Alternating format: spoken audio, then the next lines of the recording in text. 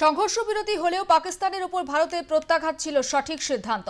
পহেলগাঁওতে যেভাবে নৃশংসতার পরিচয় দিয়েছে পাকিস্তান, তার জবাব দিয়েছে ভারত। তবে এখানেই থেমে থাকলে চলবে না। পাক অধিকৃত কাশ্মীরের পুরোটাই ভারতের অংশে নিয়ে আসতে হবে, বললেন বাংলা পক্ষের সাধারণ সম্পাদক গর্গ চট্টোপাধ্যায়। আমরা ৮০ দশক বা ৯০ দশকের সময় দেখেছি, যখনই কোনো দেশে যুদ্ধ লাগতো, পাড়ায় বড় বড় লম্বা লম্বা মিছিল বেরোতো। সেই মিছিল থেকে একটাই স্লোগান উঠত, যুদ্ধ নয়, শান্তি চাই। দেশে অনেকগুলো যুদ্ধ হয়েছে, ভারত পাকিস্তান বারবার সম্মুখ সমরে হয়েছে, এবং ২০২৫-এ যেভাবে পেহেলগাঁওতে ২৬ জন নিরীহ মানুষকে যেভাবে গুলি করে সন্ত্রাসবাদীরা খুন করেছে, এই ঘটনার পর থেকে একের পর এক পাকিস্তানের আক্রমণ, ভারতের প্রত্যাঘাত। আজকে আমরা এমন একজন ব্যক্তির তার বক্তব্য নেব এই যুদ্ধ প্রসঙ্গে। ওনাকে সবাই আপনারা চেনেন, বাংলা পক্ষের সম্পাদক গর্গ চট্টোপাধ্যায়। আপনাকে আট+এ স্বাগত। যুদ্ধ পরিস্থিতির ওপরে সারা দেশও নজর রেখেছে, আপনিও নজর রেখেছেন। আপনার নজর দিয়ে যুদ্ধটাকে কিভাবে দেখছেন? প্রথমত, যেদিন কাশ্মীরের পহলগামে যে বর্বরোচিত কাপুরুষোচিত যে জঙ্গি হামলাটা ঘটালো পাকিস্তান, সেই ভয়ঙ্কর দিনেই কিন্তু, যখন পুরোটা বোঝা যাচ্ছে না কিন্তু বোঝা যাচ্ছে এটা ভয়াবহ হয়েছে, বাংলা পক্ষ স্পষ্ট ডাক দিয়েছিল যে এই যে মাঝে মাঝে ঘটবে, তারপরে কদিন হম্বিতম্বি হবে, যে যার পলিটিক্স করবে, এই সব না, আমরা একটা স্থায়ী সমাধান চাই। স্থায়ী সমাধান কি? পুরো বিষয়টা হচ্ছে কাশ্মীর বিষয়। কাশ্মীরের বেশ কিছু এলাকা পাকিস্তান অকুপাইড কাশ্মীর, সেটা পাকিস্তান অবৈধভাবে দখল করে রেখেছে। ওইটা ভারতের অটুট এবং অবিচ্ছেদ্য অঙ্গ, ওটা ভারতে ফেরত চাই, এবং ভারতীয় সেনার সেই ক্যাপাবিলিটি আছে, আমরা সকলে জানি, যেটাকে ফেরত আনতে হবে। আমরা স্পষ্টত এই দাবি রাখি। এই পাকিস্তান ৩০ লাখ বাঙালিকে খুন করেছিল ৭১ সালে। এরা ভারতের শত্রু, এরা বাংলার শত্রু, এরা বাঙালি জাতির শত্রু। এদের স্পষ্টত ধ্বংস চাই, এবং এইটা হচ্ছে প্রতিটি ভারতীয় ঐক্যবদ্ধ হবার সময়। এবং সকলে নিশ্চয়ই শুনেছেন, পররাষ্ট্র সচিব বিক্রম মিশ্রি উনি স্পষ্টভাবে বললেন যে পাকিস্তানের পহলগাম হামলায় লক্ষ্য কি ছিল।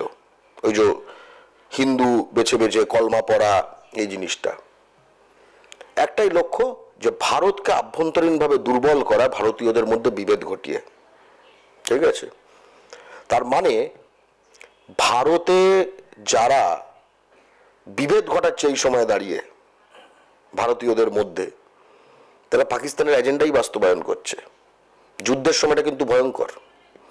যুদ্ধের সময় তোমার যদি এরকম লোক থাকে, এরকম গ্রুপ থাকে, গোষ্ঠী থাকে, পার্টি থাকে, যা হোক, যারা ভারতীয়দের মধ্যে বিভেদ করছে, অর্থাৎ পাকিস্তানের যে অরিজিনাল যে লক্ষ্য, এটাকে বাস্তবায়ন করছে, ভারতকে আভ্যন্তরীণভাবে দুর্বল করার, এদের কিন্তু আভ্যন্তরীণ শত্রু হিসেবে দেখতে হবে। শত্রু সবসময় যে বড় ওপরে তো আছেই।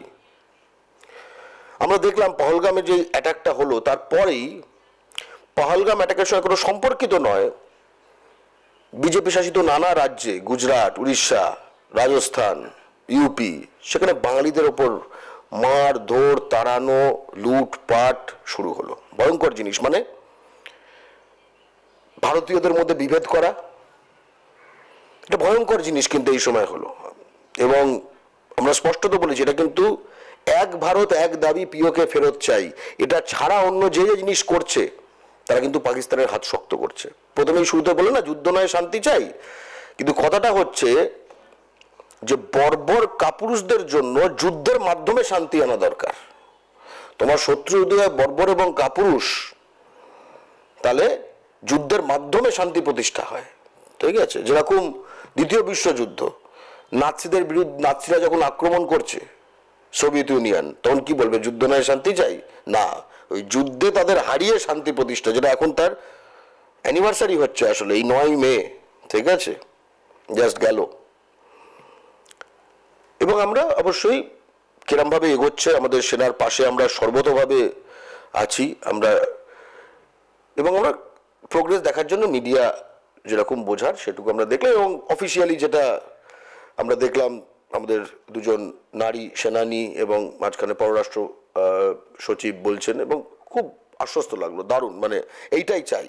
ভারতীয় সেনা যে হিটগুলো করতে পেরেছে এবং S-400 যে দারুণ কাজ করেছে, আমাদের যে মিসাইল সিস্টেম যেটা রাশিয়া থেকে আমরা এনেছি, তো এটা দারুণ লেগেছে। কিন্তু যে দারুণ লাগাটাও কিছু লোক পলিটিক্যাল গেনের জন্য ব্যবহার করছে, বলছে এই যে তেলের দাম গ্যাসের দাম বেড়েছে, বাড়ানো হয়েছে এতদিন, সব ঠিক আছে কারণ এই দেখো এই দিয়ে এইটা কেনা হয়েছে।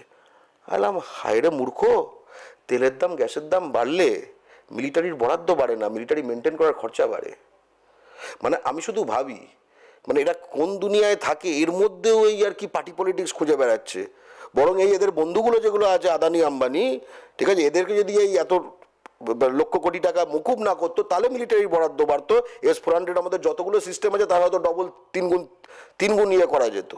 তাহলে কি কোথাও কি মনে হচ্ছে যে কথাটা একেবারে শুরুতেই বলছিলেন যে ভারতের আভ্যন্তরীণে একটা দ্বন্দ্ব লাগাতে বা ভেদাভেদ তৈরি করার একটা চক্রান্ত পাকিস্তানের ছিল এই পেহেলগাঁওয়ের মধ্যে দিয়ে, কিন্তু প্রশ্ন উঠছে তাহলে কি পাকিস্তান সেদিন ভয় পেয়েছিল যেদিনকে প্রয়াগরাজে 30 কোটি হিন্দু তারা পুণ্য স্নানে গিয়েছিল? এর সঙ্গে তো কোনো সম্পর্কই নেই। সে কত লোক আজকে নানা জায়গায় নানা ধর্মীয় কারণে লোকের মানে একসাথে এত, হ্যাঁ